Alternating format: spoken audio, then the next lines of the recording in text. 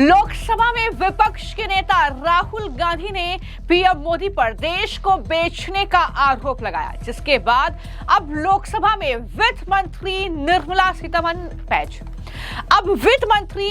सीतारमण ने राहुल गांधी के इन आरोपों पर, इन दावों पर बड़ा खुलासा करते हुए ऐसा जवाब सदन में दिया कि कांग्रेस पार्टी के सांसद वहां से भाग खड़े हुए। दरअसल लोकसभा में वित्त मंत्री निर्मला सीतारमण ने विपक्ष के नेता राहुल गांधी पर उनके भारत बेचने वाले बयान पर हमला बोला और कहा कि ये कांग्रेस की यूपीए की सरकार थी जिसने देश को बेचा और भारत को पाकिस्तान के साथ जोड़ा। ये बड़ा खुलासा वित्त मंत्री निर्मला सीतारमण ने किया। उन्होंने कहा कि दल बदलू राहुल गांधी ने कई मुद्दों पर संसद में बात की।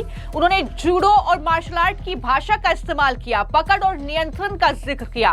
उन्होंने अध्यक्ष पद पर बैठे जगदंबिका पाल से कहा कि वो उनका सम्मान करते हैं क्योंकि वो कभी उनकी पार्टी में थे, लेकिन वहीं पर बिट्टू को वो गद्दार कहते हैं, वो भी तो उनकी पार्टी में थे। ये बातें भी वित्त मंत्री निर्मला सीतारमण ने कही और राहुल गांधी किस तरीके की सियासत कर रहे हैं, किस तरीके की राजनीति सदन में चमका रहे हैं, उसका पर्दाफाश किया।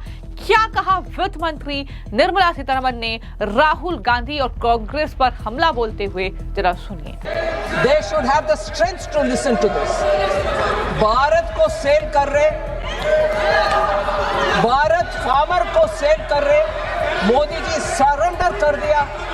मोदी जी किसी देश का हित का विषय में सामने खड़े होकर के बात करेंगे, देश के हित में काम करेंगे, मगर देश को बेचने वाले कौन है? Who has sold? I tell you who has sold. 2013 में वर्ल्ड ट्रेड ऑर्गेनाइजेशन WTO में जाकर के बाली में कांग्रेस ने एक समझौता करके आए। वो दो ही विषय था, ट्रेड फैसिलिटेशन एक था, दूसरा विषय public stock holding of grains था।